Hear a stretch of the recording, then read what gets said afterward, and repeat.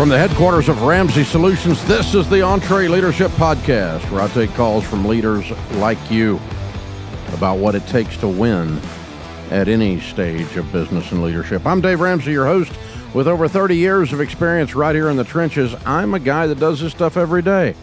We make decisions around here and marketing plans and campaigns and hire people and set people free. And we do all kinds of stuff around here every day, and we're here to help you move your business along through the 5 stages of business. If you got a question and you want to be part of the program, you can leave us your question. We'll get back with you and schedule you to be a caller at EntreLeadership.com/ask, or leave a voicemail at 844-944-1070, 844-944-1070. Starting today's podcast off, Matt is going to be with us in Charleston, South Carolina. Welcome to the EntreLeadership Podcast, Matt. Hey, Dave. How are you today? Better than I deserve. What's up? Not much, man. I'm a business owner of a candy business that has 2 part-time employees, and I recently hired my first full-time employee. How do I help this employee learn the importance of production speed and develop a sense of urgency? What do we produce? Producing the candy? Yes. So it's a production assistant. She's helping me produce and bag candy. It's a freeze-dried candy business. It involves stocking up for farmers markets, setting up and putting farmers markets down. Obviously, she's slow. Why is she slow? She comes from a background of working in offices. People do stuff fast in offices. They could, yes. I think there's 2 sides of the aisle for any industry, I guess. Fast-paced or slow-paced. She's been with me for about 3 months, and I've had, her 90-day review, and we've kind of discussed this, but I still haven't seen any improvement. And I've also kind of noticed more or less that she's on her phone. Not all the time, but there still isn't like a sense of urgency. How old is she? She's 38. Okay. Well, she's too old to be acting like a 16-year-old. I agree. Who plays on their freaking phone at work that's 38 when it's a 2-person operation and your boss is standing beside you? Good Lord. Yeah. Seriously. I mean, she may be just dumb. I mean, golly, that's hard to believe. I mean, yeah. I mean, the difference is we don't have to have 90-day reviews. We can have 9-second reviews. Like, hey, get off your phone. We got to get this done. That's a review. I mean, I'm not going to embarrass her in front of somebody else. I'm not going to be mean to her, but I can course correct this stuff in the moment and have just look, this is what we got to do. This is a small business. It's you and me. When you're not getting your stuff done, we're not getting it done. And so that's why you're here. If you don't want to do this, it's okay. Just let me know.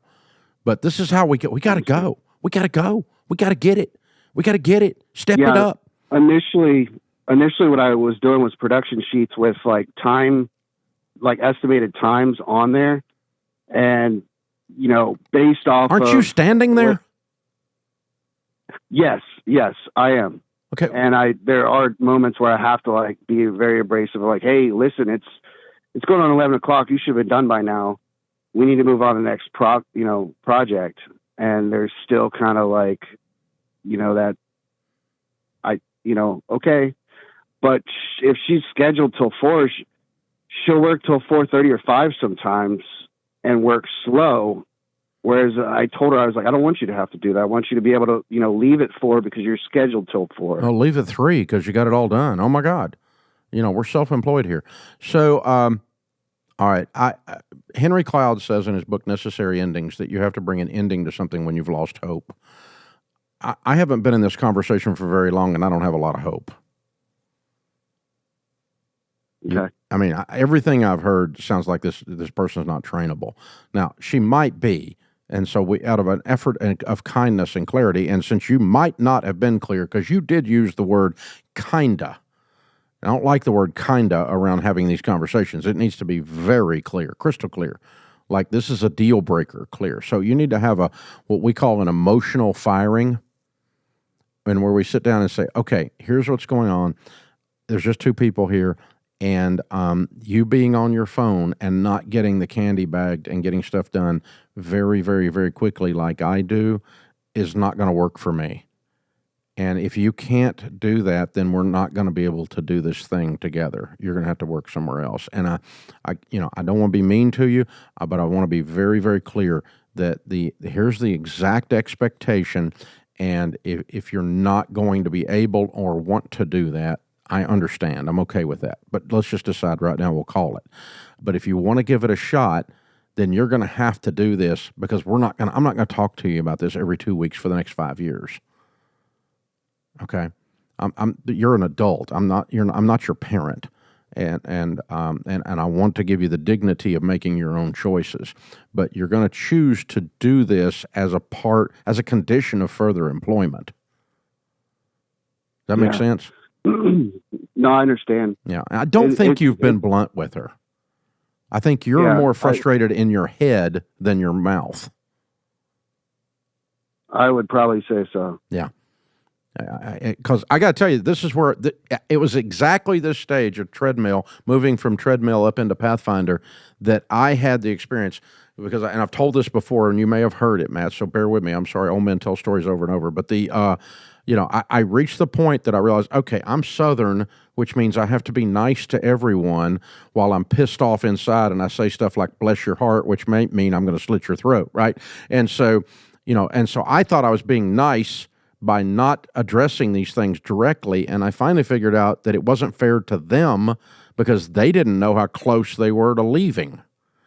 That's unfair. And so we've developed a saying around here we say all the time, and that is, to be unclear is to ultimately be unkind. You're going to be unkind if you don't tell them. It's not fair to her. And so you got to love her enough, you got to care enough about her as a person to give her the dignity to know where she stands in this situation. And again, we're not yelling and screaming and cussing, and we're not being abrasive, but we need to be very direct, sit down, direct, uncomfortable eye contact. Everything else is quiet. There's not another person around, so it's not an embarrassing thing. But we're going to say, listen, this has really reached a serious point. And this is a difficult conversation, and this is, for the next few minutes, this is going to be uncomfortable for you. It's going to be uncomfortable for me. But I owe you clarity, and I want to give you some clarity. I can't keep you here on our team if we don't improve in these 3 specific areas.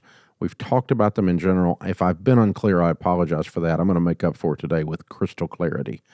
Today we're saying this is what it is, and I'm not going to beg you to do this. This is what it takes for you to continue to be here. When you do all of that, she's either going to walk out the door or you're going to have to fire her 3 weeks from now, because she's not going to do it, I don't think. But I think you owe her the chance to turn it around. Occasionally someone surprises you and goes, oh, I had no idea. And they become a candy bagging fool, man. I mean, they can get it done all of a sudden, right? But that she might just find another gear in there and just thought, well, I don't know. But so many people work at quarter speed at other places, and then when they come to work for a small business, they find out we work at 1 1/4 speed. And so 125% of get them, right? And so they just don't, they can't keep up. I mean, I've had folks come to work here and they can't even keep up with me when I'm walking through the airport. I mean, come on, we're going. Let's go. What y'all doing? Standing around back there. We're shopping in the airport. The food's not that good. Let's go. Come on. And stand around on stuff. So, yeah. But we're going to have, and then on the spot, we're going to, maybe have one more conversation and go, okay, look, remember we talked about this? And then after that, I'm going to just call it. I'm just going to tap out, and you got to start again. Okay. And then what you're hiring for is a high energy person. You can't hire a sloth. They move slow. You got to hire a hyper, because we're moving lots of little pieces of candy in little bags really, really fast. It's and there's got to be a thing that goes with that. And some things you do want to hire somebody who moves a little slower and with some wisdom and pace. But this is like, pack the freaking candy, do it, So, and you kind of know that about you and maybe in the interview process. So, but I thought, I was so dumb when I first started. I thought if you hired people that they would just work Well, that was dumb. Okay. But I thought they'd show up on time. That was dumb. I thought they would care. They don't. Now, some do. I got a building full of folk that do. But we've been through a few hundred that didn't. And we said, well, that was a mistake. I'm so sorry. We made a mistake. You made a mistake. You can't be here anymore. That's how this works. So, yeah. So, Matt, some of this is on you as a young leader. You're trying to be nice. And ultimately, you're not being nice. You're being unkind by being unclear. Crystal surgical clarity. Scalpel clarity. Razor sharp clarity. You owe her that. You're being unfair if you're unclear. This is the EntreLeadership Podcast. Thank you for joining us here on the EntreLeadership Podcast. I'm your host, Dave Ramsey. Hands-on practical help from people who do hands-on practical things every day. That's me, and we're here with you. And you can call in and be part of the program. Call us at 844-944-1070. Mark is in Kansas City. Hey, Mark, what's up? Hey, Dave. It's an honor to speak with you today. You too, sir. How can we help? Long-time caller, and I just want to appreciate everything you've. I've listened to her for years and put into business practices. Little short background about us. So, we are a general contracting firm in Kansas City. Started in 2002 and have survived the Great Recession and COVID. And last year we grossed just over $17 million, which was great. Wow. I am curious on a couple fronts. One, we continue to grow over the years, and we've actually broken our company into two now. So we have a general contracting construction firm and a real estate holding firm that we hold on the side, that we've amassed almost $6 million of real estate that we hold as rentals and investment properties and stuff like that. I am currently 48 years old, and my daughter will graduate from K-State in a couple years and is interested in coming to work for us. And I'm looking at long-term. She seems to really like it, and just the best way to, turn the company over. I mean, we're talking probably 20 years down the road. I mean, who knows what's going to happen, but just as we do continue to grow and, hopefully keep killing it, what's the best way to bring her in without putting her into debt and other things to get money out of the real estate company that I'll eventually have to retire? Because most of the money that we make, we put back into the real estate company to pay debt off. We have a small debt still left to pay on it, but of the $6 million, we only owe about $300,000 left right now. Why can't you just keep the real estate as your retirement? I could. And you could give her the construction company. I could, if she wanted to do that. And then, but it's still, how do you buy into that? Because I have a business partner that we're 50-50 partners with. So for me to get money out, I will have to at least get some money out of it. Why do you need to get money out of it? If you got all the real estate and it's paid for, can you live on that? I mean, I could. Okay. But again, I have I split the profits with my business partner and everything. I understand. And but you're 50% owner in the construction company, and you would be leaving her the 50% of your ownership? Yes. Okay. In both companies, I'm 50% owner, in the real estate company and the construction company. Oh, crap. Okay. That's so messy. Okay. I know, but that's the way we started off, and it's been very successful. So, I mean, we are good business partners. I know you always say the only ship that doesn't sail is a partnership, but this one's actually worked out pretty good. This one's still floating, yeah. All right. But now we run into the problem with the succession. So, what's he going to do with his half? Tough to say. I don't know if he'd want to. You got buy-sell agreements and you got buy-sell agreements in the event of death with insurance on both of them? We do, yes. Okay, so he dies, you become the owner, vis-a-vis life insurance, right? Yes. Or vice versa? Yes. So we've set all that up. Okay. Well, you need an estate planning attorney to help you walk through this, and you've got to make some decisions on what you're going to, how you're going to do this. If she's going to buy you out, that's different than you leaving her the business. No, that's you're correct on that. And we do have trust in place and have set all that up in terms of, God forbid I die or something. That's all taken care of. My question is more, hopefully I'll live for another 50 years and get to enjoy the fruits of my labor and everything. But I don't want to, I do have to pull some money out of it, and I don't want to put her into debt to do that. Because you can't just take, someone coming up and go, okay, well, I'm going to sell my $6 million or maybe $3 million for me. She can't just do that right away. Mm-hmm. Mm-hmm. Okay. And then the other form of that, what I was challenging is that I'm not sure that she has to, for you to exist in retirement, I'm not sure she has to buy you out of both.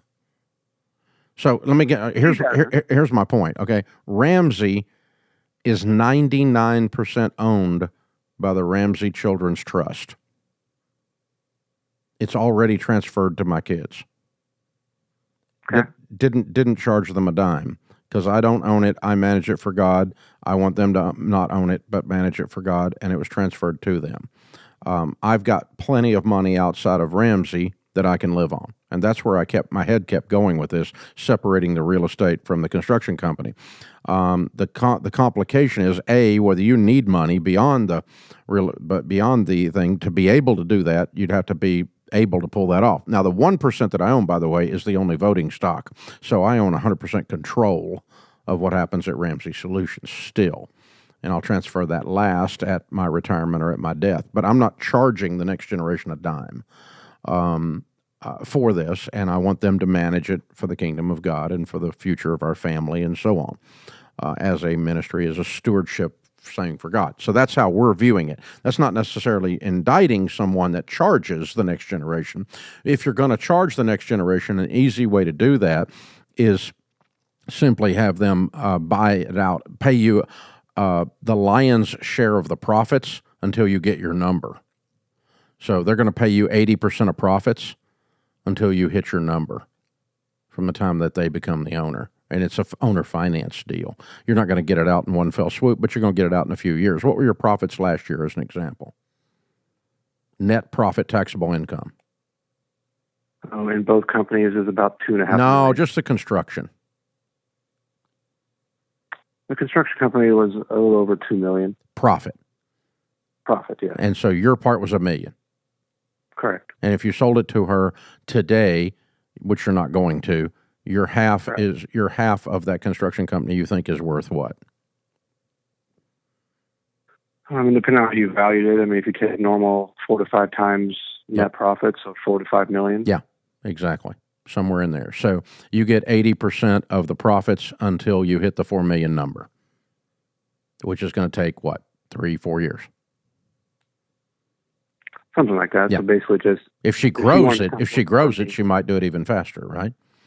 But right. Somewhere in there. But if we did the transaction today, that could be how it is, and you get your money out over a 3, 4, 5 year period of time out of the 80% of the profits, and she's, gets paid and runs the business, her half of the business for that, and the buy sell transfers to her, and is on her life, not yours, and on your partner, and your partner transfers to her. So if he dies, she gets his half by buying out his widow with the life insurance proceeds like you do now, right? So you transfer all that over at the time you transfer ownership.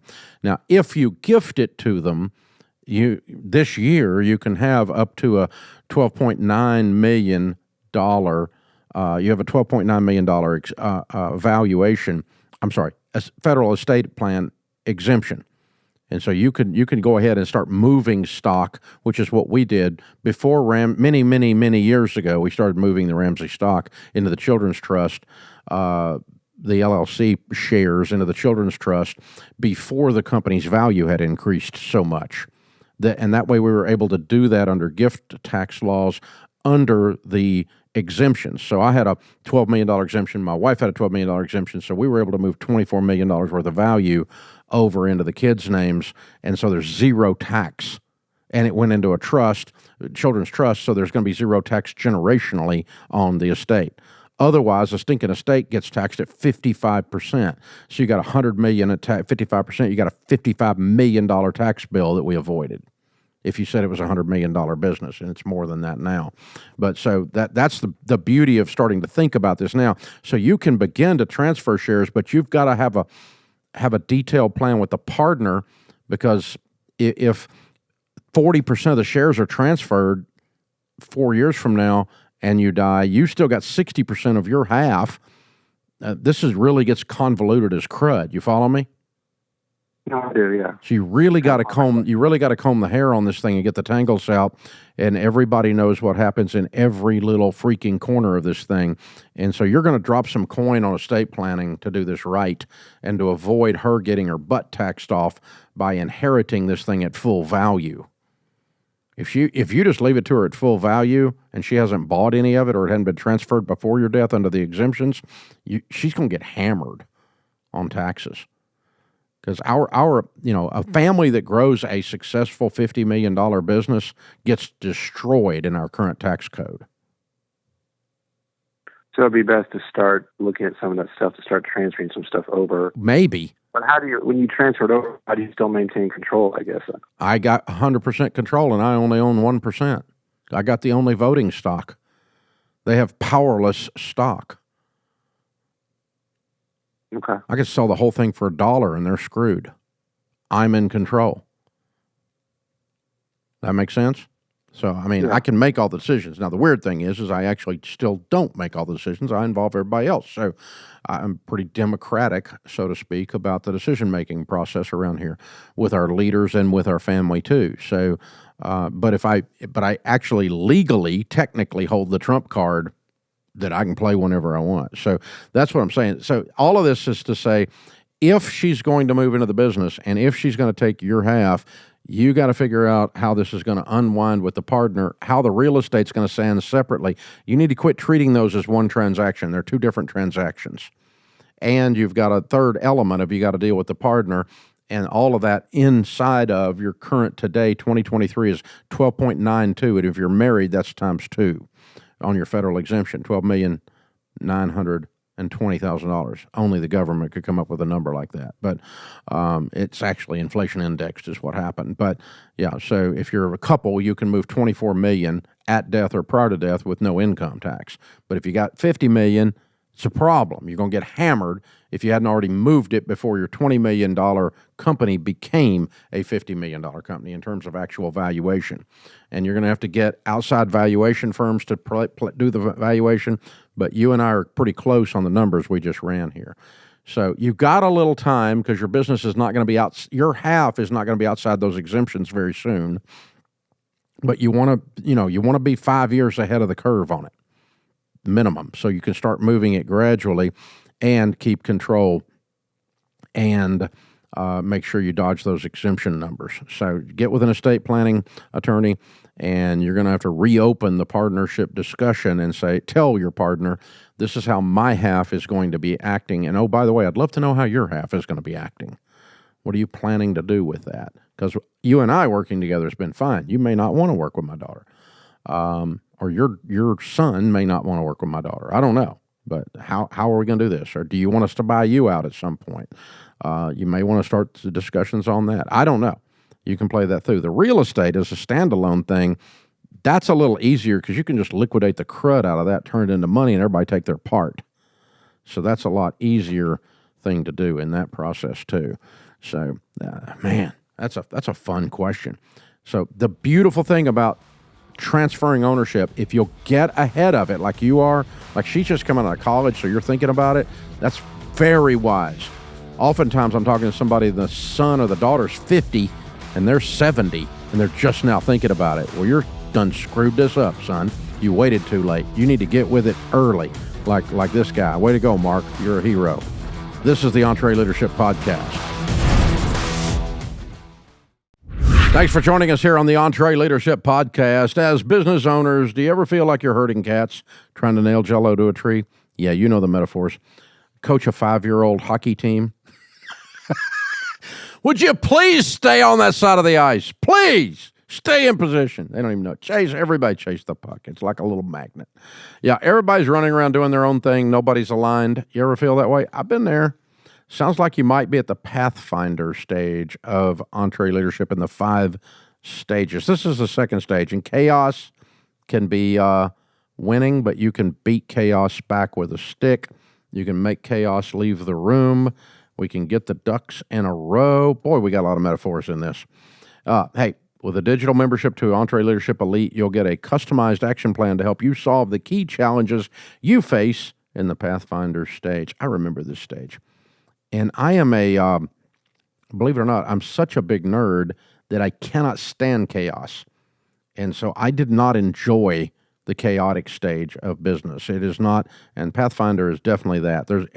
Everything's working, but it's all just a dadgum salad all the time, man. It's just stuff going everywhere. Man, there's a lot of metaphors in this. But yeah, salad, hockey teams. I mean, there's everything here. But it's just anything that represents chaos, we can do that, right? So don't worry if you're not in the Pathfinder stage. Elite can also help you whatever stage you're in. Maybe you're in the legacy builder stage, like Mark. He's starting to think about legacy. He's starting to think of that last caller. He's thinking about his succession plan. Sign up for a free 30-day trial to EntreLeadership Elite. Did I mention it's free? You can cancel anytime. It's free for 30 days. No hassle. We got a feeling once you try it, you're going to stick around. Most do. So if you got a business from 5 people to about 200 people, if you're just dreaming and thinking of a business, you probably don't want to do Elite. It's not really for you. It's designed for people that are actually doing a business today and have the actual today problems of their stage, and we can help them level up and go to the next stage. So check out EntreLeadership.com/elite. EntreLeadership.com/elite. Alex is with us in Raleigh, North Carolina. Hi, Alex. Welcome to the EntreLeadership Podcast. Hey, Dave. How are you? Better than I deserve. How can I help? Good. Thanks for taking my call.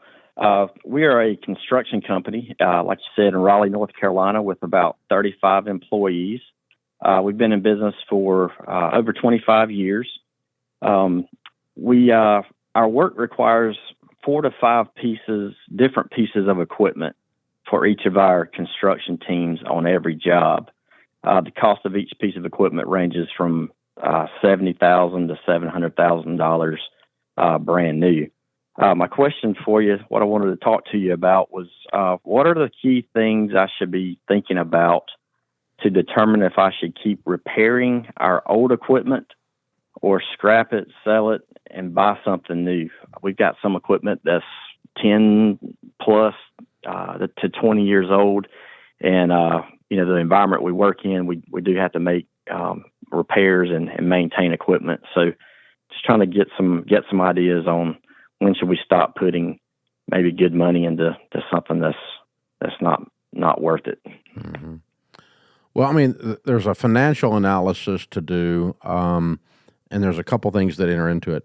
Number one, when you say $700,000 with the numbers you gave me, you're going to be repairing that. You're not going to be buying that.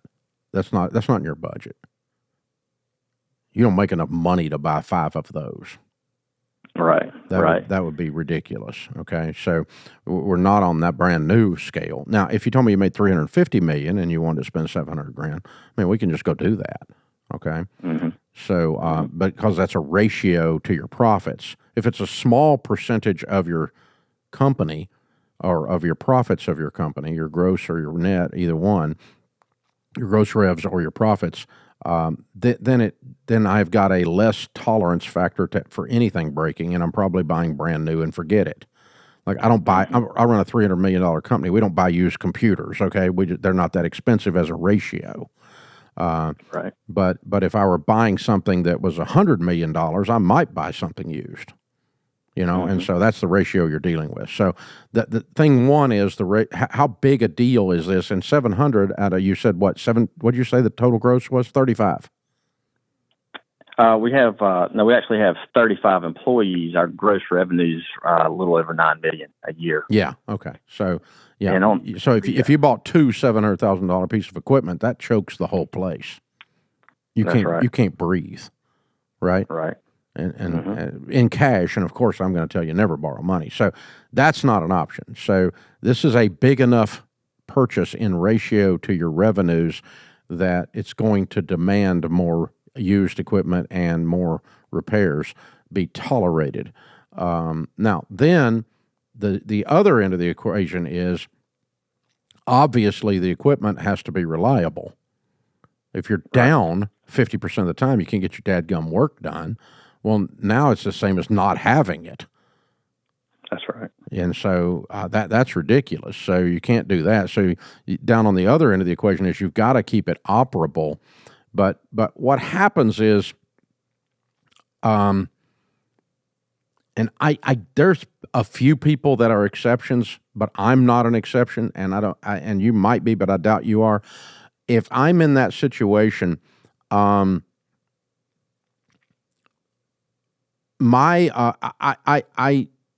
going to tend towards buying nicer stuff because I'm a boy and I like toys. Okay? My natural tendency is to buy the nicer thing, the newer thing, and not have to screw with it. Okay? That's my natural, and I think that's true of most of us. We're like, I would just rather have a better one, screw it, and that kind of thing. And I don't want the hassle either. And in other words, I'm emotional about it rather than mathematical. Now, and so if I know that about myself, then I have to force myself to doing an actual math analysis on this and saying, okay, here's the thing. Now, here's an example of that. All right. Let's say in a personal situation, you were driving a $2,000 car, a hoopty, right?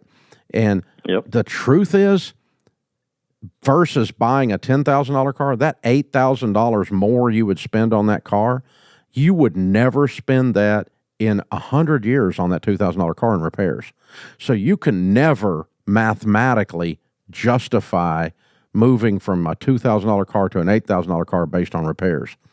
Because you can rebuild that car 6 times for $5,000 and still not have spent the $8,000 to move up. You know what I'm saying? And so you can do that type of analysis here. And for instance, I've got a friend that has a heavy equipment operation, and they're running like cat dozers and the off-road dump trucks, the massive stuff, right? It's a massive he's got a lot of money in equipment. But he runs old stuff because you can repair that cat stuff the rest of your life versus moving from for $25,000, it's worth $25,000 today to buy that older, antique almost dozer, but the stupid things will run 50 years if you keep them repaired. He cannot justify a $250,000 upgrade from a $50,000 dozer. He can't come out on it ever, and he can't justify it. He'll never make that in repairs in a million years. So the only reason he can make a jump up is just the equipment lays down and won't get back up. Right. And but it's really not due to, I've spent so much on repairs, this car is killing me. No, it's not killing you $8,000 worth of two, and that's the ratio kind of thing you're looking at. So I don't know the equipment or the details, and you do on your stuff, but so I'm telling you, avoid, let's develop a couple principles out of my meandering yakking here. Principle number 1 is if it's a large portion of your overall gross revenues or net profits, which yours is, you cannot be flippant about it. You cannot just go, I'll buy new and screw it, because that'll sink you. Okay, so that means I'm gonna be working with used stuff. Now the second rule is it's got to keep running. I got to keep it running, or the jobs don't move. That's a problem, or I got to move up out of it, because that means the equipment has just become completely unreliable, and I'm going to have to move up some versus repairing it. The third thing is you probably can never justify the move up based on the cost of repairs versus the increased cost to move up in number of years. It's a luxury to move up. It's very seldom a mathematical necessity. And I think those 3 principles will walk you through it. And that'll take some of the, and I guess all the while we're remembering my little boy emotions of, I just want a better one, screw it. And I can't let that make my business decisions, because wise business people buy the cheapest thing that gets the job done. Gets the job done means it's reliable and it doesn't lay down all the time. I don't really care about the sex appeal of your bulldozer. Seriously. I just don't. That's dumb. But people do. They're like, I got me a new one. Oh my God, what are you, dumb? I mean, you just took all this money and no, don't do that. But man, I can do it. I can do it in a heartbeat. I have to watch around here. And I got guys on our team, the technical guys, they like toys too.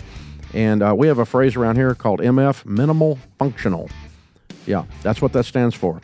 Don't come in here with a freaking Bentley of radio equipment stuff. And it's a dadgum microphone. Talk into it, makes noise. That's what it has to do. This is the EntreLeadership Podcast. Thanks for joining us, America. This is the EntreLeadership Podcast. I'm your host, Dave Ramsey. Mo is next in Detroit. Hi, Mo. Welcome to the EntreLeadership Podcast. How can I help? Hey, Dave. Thanks for having me on. It's really an honor. You changed my wife's life and I. Cool. With your financial piece, and the EntreLeadership has just been an awesome, godly, blessing to our business. So well, thank you. Thank you very much. How can we help today? Yeah. So I'm the owner of a young residential tree service. Last year we cleared a little bit over $300,000 in revenue, and this year we're looking on track to do about $750,000.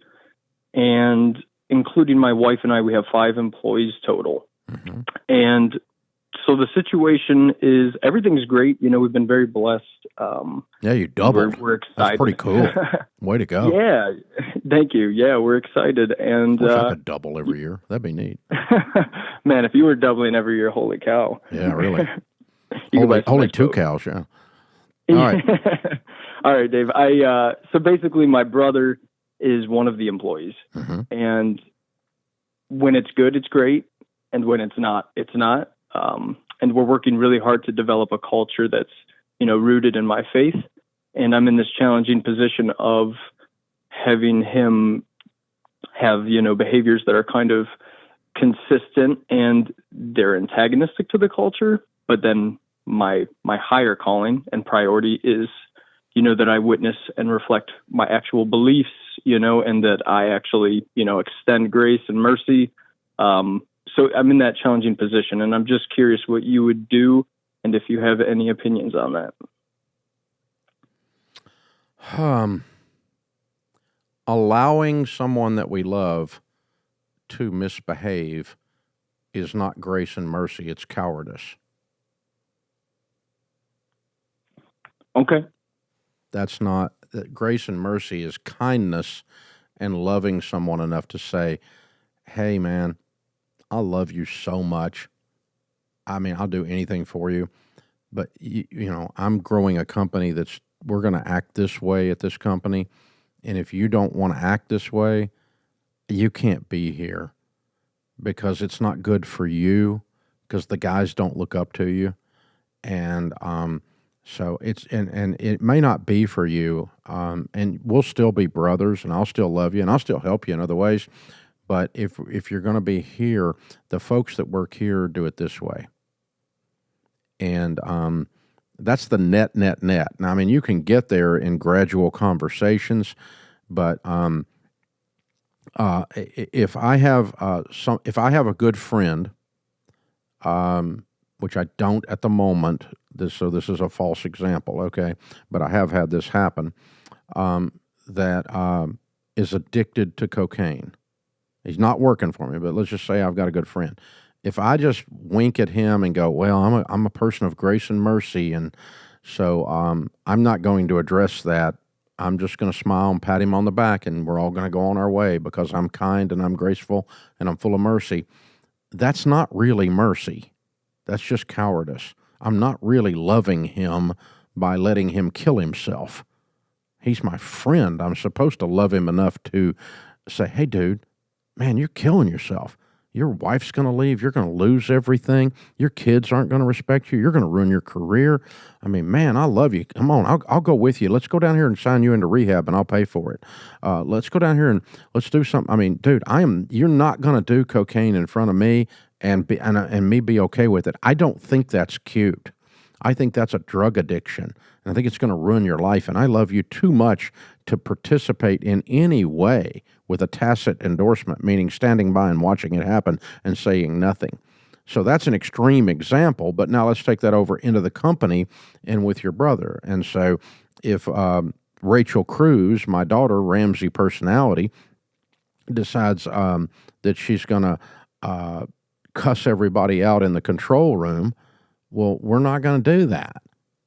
By the way, that wouldn't even occur to her, but it's a bizarre example. But I mean, I would just be sitting down with her and going, "Hey, that's not going to get you where you want to go. You know, it's not good for you. I love you too much to allow that kind of behavior to go on as my daughter, as a team member. Even if you're a grown up, I'm going to stand in here and say, hey, that's bad. Don't do that. It's not me being a daddy. That's just me being a loving friend that says, I'm not going to participate in things that are not good for you. And that's your brother. So he's swearing, he's out drinking, he's carrying on, he's not reliable. He's antagonistic to you behind your back, probably. And the guys don't look up to him, and he stands out like a sore thumb because he's very different from everybody else there. Is that what I heard? Yeah, I mean, it sounds like you heard even more than I said. I mean, Well, I've just done this a while. Yeah.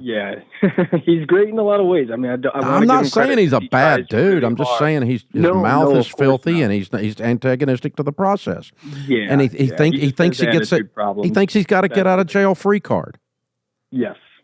It's like, so I'm gonna sit down with him and go, I'm revoking your get out of jail free card as an act of love. You know, I'm going to sit down and go, hey, man, I love you so much. And I got to tell you, man, me living my life the way I live it now is the best thing that's ever happened for me. I would love for that for you. And the people that work on this team, all of them are going to be walking. We're going to have a level of kindness with each other. With our customers, we're going to have a level of reliability. We're not going to run around here with filthy mouths because that indicates that low vocabulary indicates a lack of intelligence, a lack of personal growth, and I'm just not going to do that. And so, you know, I'll walk with you, and you could slip up. It's not like you can never make a mistake, but I got to see you trying to join me in this walk. And if you don't want to do that and you want to work somewhere else, I understand, because you think if he thinks you're some kind of holier than thou person or something and you're too stuck up or, you know, you're too much of a Bible thumper or whatever it is, and I don't want to do all that stuff, well, then you don't want to work here because it's not going to be fun for you. Mm-hmm. You got to go hang out with people like you, you know, and this is people like me here. And so, like, I've got relatives that are that way, and I still love them, and we still have relationships. I'm not mad at them, but I'm not going to hang with that every day. I don't want that stuff in my life, and I certainly don't want it in my company. Okay. So does that make sense? I mean, you're not extending grace. You're just if not. I don't address it. Yeah, because it's not helping him. Right. I'm thinking about him.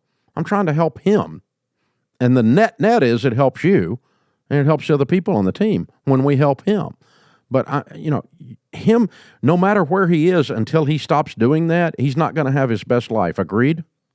Agreed. Yeah. So we're not helping him by allowing him to. Now, again, if he says, hey, I'll work on it, I'm okay. And then the next week he slips up, well, that's fine. I'll give him a pass. It's not like 100%. You got to be perfect day one. But we got to be heading that way versus, my goal in life is screw everything around here up. No, thank you, because he kind of got this weird thing going, like he can get away with it because he's the brother, and that's the problem with family business. The other thing you can keep in mind from this point forward with family business, and we talk about it on here all the time, is the hats thing. Have you heard me talk about that? Actually, I don't think so. Okay. I had Henry Cloud tells a story of a dad that had his kid working for him, and the kid was goofing off, and he was mistreating people inside the business. And the guy bought two hats, boss and dad. And he called the kid up, and they had worked with him and tried to get him to straighten up, tried to get him to treat people right, tried to get him to be nice. This was an ongoing conversation for 2 years, and finally it reached the end. He saw him down on the factory floor cussing a guy, and he knocked on the window, called him up to his office. He called him up, he put on his boss hat, and he said, we've worked with you and tried to get you to be nice to people. I'm not going to have people treating people that way inside my business. You're fired. He took his boss hat off and put his dad hat on, and he said, son, I heard you just lost your job. How can I help you? Okay. So the beautiful part about that story is there's two roles here. At work, Mo, you're the owner of the business. Everyone that works there should treat you with the respect and kindness that is due the owner of the business.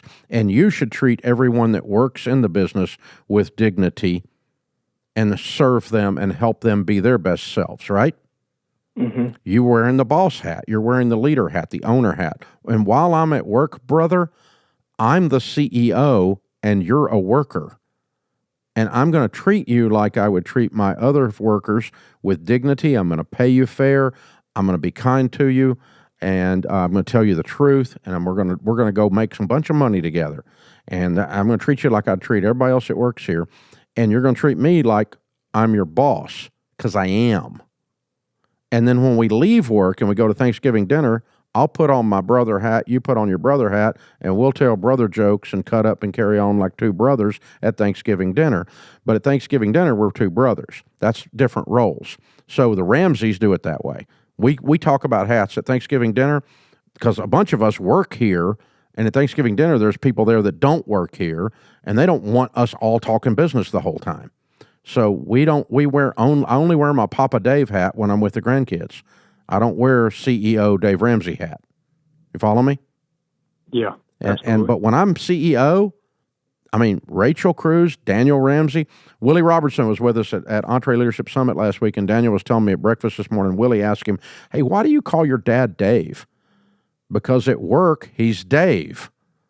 Everybody here calls me Dave. No one here calls me Daddy. Right? But at home, I'm Papa Dave with a grandkid on my knee, right? And so you change roles. And so that's a family business thing. You're setting up this idea of at work, this is who we are. And what happens is you go, well, I can't do that to my brother. Oh, yeah, you absolutely you better love your brother more than you love anybody else that works there. So much that you're not going to tolerate his crap and his misbehavior for his own good, Mo. So have courage, kindly, gently, but very strong. We're going to have a very strong conversation, and we're going to start moving in this direction, or we're going to start moving out, one of the two. We got to move in this direction. It's good stuff. Really, really good question. We appreciate you joining us. Hey, guys, remember, better a weary warrior than a quivering critic. Leaders serve. Leaders are active, not passive. Leaders act on principle, not appearances. This world needs more high-quality leaders. So choose to lead. I'm Dave Ramsey, your host. Thanks for listening to the EntreLeadership Podcast.